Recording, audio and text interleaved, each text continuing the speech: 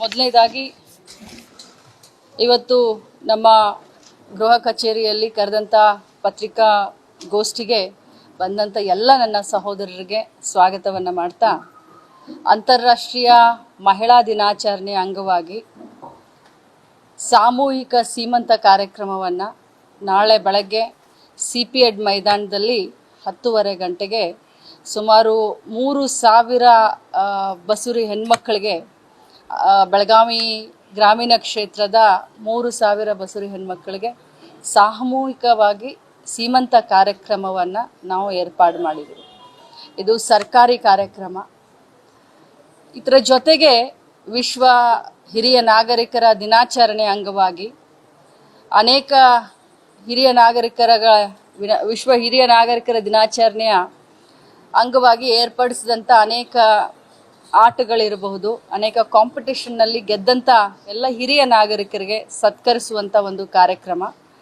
ಜೊತೆಯಲ್ಲಿ ವಿಶ್ವ ಅಂಗವಿಕಲರ ದಿನಾಚರಣೆಯ ಅಂಗವಾಗಿ ಸುಮಾರು 100 ಜನ ವಿಕಲಚೇತನರಿಗೆ ತ್ರಿಚಕ್ರ ವಾಹನವನ್ನು ಕೊಡೋದಾಗಲಿ ಅಥವಾ ಅಂಧ ಮಕ್ಕಳಿಗೆ ಬ್ರೈಲ್ ಲ್ಯಾಪ್ಟಾಪ್ ಕೊಡೋದಾಗಲಿ, ಅನೇಕ ಇಂಥ ಒಂದು ಉತ್ತಮವಾದಂಥ ಒಳ್ಳೆಯ ಕಾರ್ಯಕ್ರಮವನ್ನು ನಾಳೆ CP-HED ಮೈದಾನದಲ್ಲಿ ಹಮ್ಮಿಕೊಂಡಿದ್ದೀವಿ. ಅದರಲ್ಲೂ ರಾಜ್ಯದಲ್ಲಿನೇ ಪ್ರಥಮ ಬಾರಿಗೆ 3,000 ಸಾಮೂಹಿಕ ಸೀಮಂತ ಕಾರ್ಯಕ್ರಮವನ್ನು ನೂತನವಾಗಿ, ಯಾಕಂತಂದರೆ ನಮಗೆ ಹುಟ್ಟುವಂಥ ಮಕ್ಕಳು, ನಮ್ಮ ಇಲಾಖೆಯ ಮುಖ್ಯ ಉದ್ದೇಶ ಏನು ಅಂತಂದರೆ 3 ತಿಂಗಳು ಗರ್ಭಿಣಿಯಿಂದ ಹಿಡ್ಕೊಂಡು 100 ವರ್ಷದ ಮನುಷ್ಯನ ಬದುಕನ್ನು ಕಟ್ಟಲಿಕ್ಕೆ ನಮ್ಮ ಇಲಾಖೆ ಕೆಲಸವನ್ನು ಮಾಡುತ್ತೆ, ಸೇವೆಯನ್ನು ಮಾಡುತ್ತೆ. ಸೊ ಅದರಲ್ಲೂ ಕೂಡ ಸದೃಢವಾದಂಥ ಮಕ್ಕಳು ನಮ್ಮ ಸಮಾಜದಲ್ಲಿ ಹುಟ್ಟಲಿ ಅನ್ನುವಂಥ ಪೌಷ್ಟಿಕಾಂಶವನ್ನು ಕೊಟ್ಕೊಂಡು ಏನು ನಾವು ನಮ್ಮ ಇಲಾಖೆಯಿಂದ ಸಾಮಾಜಿಕ ರಾಜ್ಯದ ಮಹಿಳೆಯರ ಸೇವೆಯನ್ನು ಮಾಡ್ತೀವಿ. ಸೊ ಈ ಸೀಮಂತ ಕಾರ್ಯಕ್ರಮ ವಿಶೇಷವಾಗಿ ಹುಟ್ಟುವಂಥ ಮಗ ಆರೋಗ್ಯಪೂರ್ಣವಾಗಿರಲಿ ಮತ್ತು ತಾಯಿ ಆರೋಗ್ಯವಾಗಿರಲಿ, ಜೊತೆಯಲ್ಲಿ ತಾಯಿಯ ಮಾನಸಿಕತೆ ವಿಕಸನಗೊಳ್ಳಿ, ಒಂದು ದಿನ ನಮ್ಮ ಇಲಾಖೆಯ ಜೊತೆ ಅವರು ಸಂತೋಷದಿಂದ ಇರಲಿ ಅಂತ ಹೇಳಿ ಬಹಳಷ್ಟು ವಿಶೇಷವಾದಂಥ ಕಾರ್ಯಕ್ರಮವನ್ನು ಮೊದಲನೇ ಬಾರಿಗೆ ನಾವು ರಾಜ್ಯದಲ್ಲಿ ನಾಳೆ ಬೆಳಗಾವಿನಲ್ಲಿ ಮಾಡ್ತಾ ಇದ್ದೀವಿ.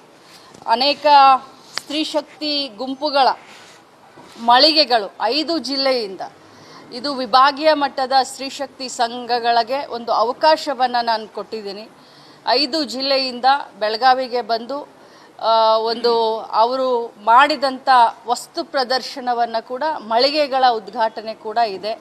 ಮತ್ತು ರಾಜ್ಯದಲ್ಲಿ ಏನು ನಾವು ಪ್ರತಿ ಬಾರಿ ವಿಶ್ವ ಮಹಿಳಾ ದಿನಾಚರಣೆ ಅಂಗವಾಗಿ ನಮ್ಮ ಇಲಾಖೆಯಿಂದ ಕಿತ್ತೂರು ರಾಣಿ ಚೆನ್ನಮ್ಮನ ಪ್ರಶಸ್ತಿಯನ್ನು ಕೊಡ್ತೀವಿ.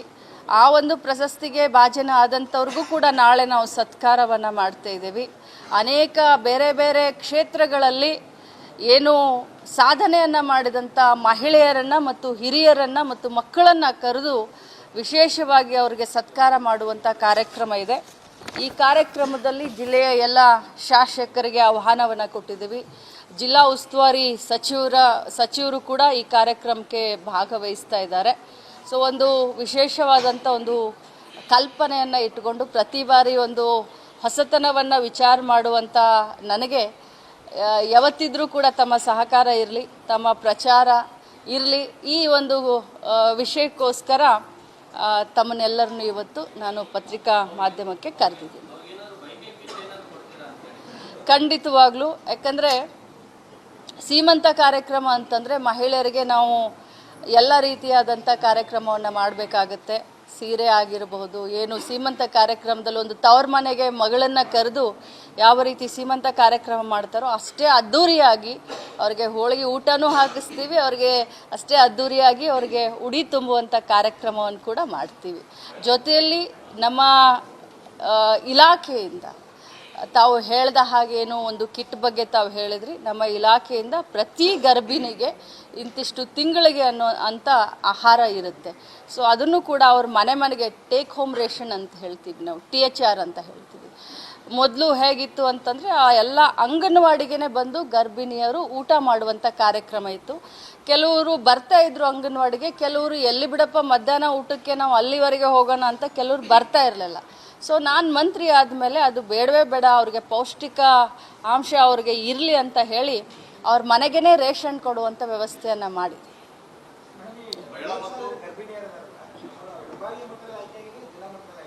ಜಿಲ್ಲಾ ಮಟ್ಟನೂ ಇಲ್ಲ, ವಿಭಾಗೀಯ ಮಟ್ಟದಿಲ್ಲ, ಪ್ಯೂರ್ಲಿ ನನ್ನ ಕ್ಷೇತ್ರದವರಿದ್ದಾರೆ. ಸೊ ಸಾಂಕೇತಿಕವಾಗಿ ಅಂದರೆ ಇದು ಪ್ರಥಮ ಒಂದು ಏನು ಹೇಳ್ತಾರೆ ಪ್ರಯತ್ನ ಅಂತ ಹೇಳಬೇಕು.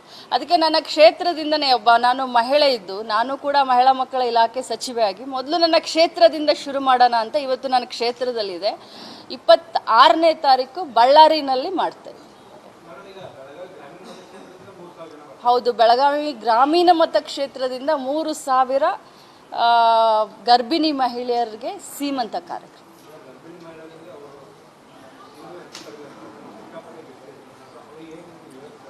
ಜರ್ಮನಿ ಟೆಂಟನ್ನು ಅದಕ್ಕೋಸ್ಕರ ಹಾಕ್ಸಿದ್ದೀನಿ. ಭಾಳ ಬಿಸಿಲಿರುತ್ತೆ ಅಂತ, ನೀರಿನ ವ್ಯವಸ್ಥೆ ಇದೆ. ಅವರಿಗೆ ಬರಬೇಕಾದ್ರೆ ನಮ್ಮ ಅಂಗನವಾಡಿ ಕಾರ್ಯಕರ್ತರಿಗೆ ಹೇಳಿದ್ದೀವಿ, ಗ್ಲುಕೋಸ್ ಪ್ಯಾಕೆಟ್ನ ಕೊಡಬೇಕು, ಬಿಸ್ಕೆಟನ್ನು ಕೊಡಬೇಕು, 1 ಲೀಟ್ರ್ ಬಿಸ್ಲರಿ ನೀರನ್ನು ಕೊಡಬೇಕು.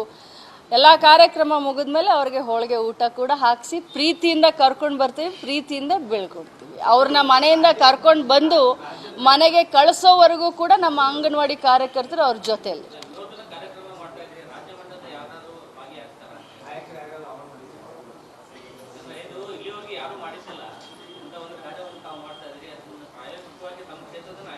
ಪ್ರಾಯೋಗಿಕವಾಗಿ ಇದು ಮೊದಲನೇ ಪ್ರಯತ್ನ ನಮ್ಮದು. ನಾವೆಲ್ಲ ರಾಜ್ಯ ಮಟ್ಟದ ನಾಯಕರು, ನೀವೆಲ್ಲ ನಮ್ಮನ್ನು ರಾಜ್ಯ ಮಟ್ಟದ ನಾಯಕರನ್ನೇ ಮಾಡಿದ್ದೀರಾ. ನಮ್ಮ ಜಿಲ್ಲೆಗೆ, ನಮ್ಮ ತಾಲೂಕಿಗೆ ಸೀಮಿತ ಇಟ್ಟಲ್ಲ ಮಾಧ್ಯಮದ ಎಲ್ಲರ ಸಹಕಾರದಿಂದ. ಸತೀಶ್ ಜಾರಕಿಹೊಳಿ ಅವರು ನಾವು ಅಂತಂದರೆ ರಾಜ್ಯ ಮಟ್ಟದ ನಾಯಕರೇ ಅಂತ ಹೇಳಿ.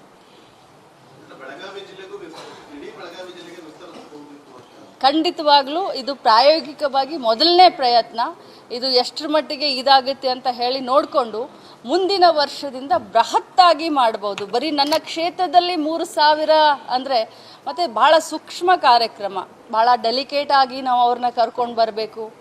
ಇದು ಸಬತ್ತಾಗಿ ಮೀನ್ಸ್ ಎಲ್ಲರೂ ಹಾಗೆ ಇದ್ದಾರೆ, ಬರ್ತಾರೆ, ಕೂತ್ಕೊಳ್ತಾರೆ 4 ತಾಸು ಅನ್ನೋ ಹಾಗಿಲ್ಲ, ಬಸುರಿ ಹೆಣ್ಮಕ್ಕಳು. ಸೊ ಪ್ರಾಯೋಗಿಕವಾಗಿ ಇದನ್ನು ಎಷ್ಟು ಇದು ಸಕ್ಸಸ್ ಆಗುತ್ತೆ ಅನ್ನೋದನ್ನ ನೋಡಿಕೊಂಡು ಜಿಲ್ಲಾ ಮಟ್ಟದಲ್ಲಾಗಿರ್ಬೋದು, ಮುಂಬರುವಂಥ ದಿನದಲ್ಲಿ ವಿಭಾಗೀಯ ಮಟ್ಟಕ್ಕೆ, ಯಾಕಂದರೆ travel is also counts. So ಬರೀ ತಾಲೂಕು ಮಟ್ಟದಲ್ಲಿ ಅಷ್ಟೇ ಮಾಡಬೇಕಾ, ಇಡೀ ರಾಜ್ಯದಲ್ಲಿನ ಅಥವಾ ಜಿಲ್ಲಾ ಮಟ್ಟದ ಮಾಡಬೇಕು? ಇದು ಒಂದು ಪ್ರಯತ್ನ, ಮೊದಲನೇ ಪ್ರಯತ್ನ. ಇದಕ್ಕೆ ಭಗವಂತನ ಆಶೀರ್ವಾದದಿಂದ ಸಕ್ಸಸ್ ಸಿಗಲಿ, ಯಶಸ್ಸು ಸಿಗಲಿ.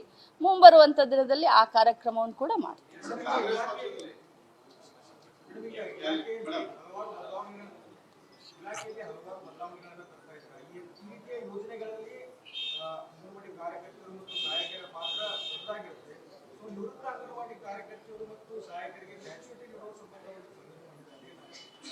ಈಗಾಗಲೇ ನಾವು ಮಾರ್ಚ್ 8ನೇ ತಾರೀಕು ಸಾಂಕೇತಿಕವಾಗಿ 4 ಜನರಿಗೆ ಗ್ರ್ಯಾಚ್ಯುಟಿಯನ್ನು ಕೊಟ್ಟಿದ್ದೇವೆ. ನಮ್ಮ ಅಂಗನವಾಡಿ ಕಾರ್ಯಕರ್ತರ ಸಹಾಯಕಿಯರ ಬೇಡಿಕೆ ಏನು ಅಂತಂದರೆ 2011ಕ್ಕೆ ಅವರೇನು ಪ್ರಥಮ ಬಾರಿಗೆ ಅವರು ರಿಟೈರ್ಡ್ ಆದರು. ಮುಂಚೆ ಹೇಗಾಗಿತ್ತು, 2011ಕ್ಕಿಂತ ಮುಂಚೆ ಅವ್ರಿಗೆ ರಿಟೈರ್ಮೆಂಟ್ ಪೀರಿಯಡ್ ಇರಲಿಲ್ಲ, ಫಿಕ್ಸ್ ಆಗಿರಲಿಲ್ಲ. 1975ನೇ ಇಸ್ವಿನಲ್ಲಿ ಇಂದಿರಾ ಗಾಂಧೀಜಿಯವರ ಈ ಒಂದು ನರಸೀಪುರ ಮೈಸೂರಿನಲ್ಲಿ ಅಂಗನವಾಡಿಯನ್ನು ಪ್ರಥಮ ಬಾರಿಗೆ ಶುರು ಮಾಡಿದರು. ಅಲ್ಲಿಂದ ಕೆಲಸ ಮಾಡಿದವರು 2011ರವರೆಗೆ ಅವ್ರಿಗೆ ಇದೇ ವಯಸ್ಸಿಗೆ ನೀವು ರಿಟೈರ್ಡ್ ಆಗಬೇಕು ಅಂತ ಕಾನೂನು ಇರಲಿಲ್ಲ. ಬಟ್ 2011ಕ್ಕೆ ಬಂದ ಮೇಲೆ ಅವ್ರ ರಿಟೈರ್ಮೆಂಟ್ ಸ್ಟಾರ್ಟ್ ಆಯಿತು. ಸೊ ಅವರ ಬೇಡಿಕೆ 2011ರಿಂದ ನಮಗೆ ಕೊಡಿ ಅಂತ. ಆದರೆ 2023 ಫೆಬ್ರವರಿ 17ರಂದು ಬೊಮ್ಮಾಯಿ ಅವರ ಸರ್ಕಾರ ಒಂದು ಡಿಸಿಷನ್ ಮಾಡಿತು. 2023 ನಂತರ ಯಾರು ರಿಟೈರ್ಡ್ ಆಗ್ತಾರೋ ಅಂಥವ್ರಿಗೆ ನಾವು ಗ್ರ್ಯಾಚ್ಯುಟಿಯನ್ನು ಕೊಡಬೇಕು ಅಂತ ಸರ್ಕಾರದ ಆದೇಶ ಇದೆ. ಸೊ ಅದಕ್ಕೆ ನಾವು ಕೂಡ ಈಗ ವಿಚಾರ ಮಾಡ್ತಾ ಇದ್ದೀವಿ. 11ರಿಂದ ಕೊಡಬೇಕು, 23ರಿಂದ ಕೊಡಬೇಕು, ಅಥವಾ 2 ವರ್ಷ ಮಾಡಿಕೊಂಡು ಅವರ ಬೇಡಿಕೆಯನ್ನು ಈಡೇರಿಸಬೇಕು ಅಂತ. ಬಟ್ ಗ್ರ್ಯಾಚ್ಯುಟಿಯನ್ನು ನಾವು ಈಗಾಗಲೇ 39 ಕೋಟಿಯನ್ನು ನಾವು 23ನೇ ವರ್ಷದಿಂದ 2023ನಿಂದ ಯಾರು ರಿಟೈರ್ಡ್ ಆಗಿದ್ದಾರೆ ಅವ್ರಿಗೆ 39 ಕೋಟಿ ಗ್ರ್ಯಾಚ್ಯುಟಿಯನ್ನು ನಾವು ಹಂತವಾಗಿ ಕೊಡ್ತಾ ಇದ್ದೀವಿ.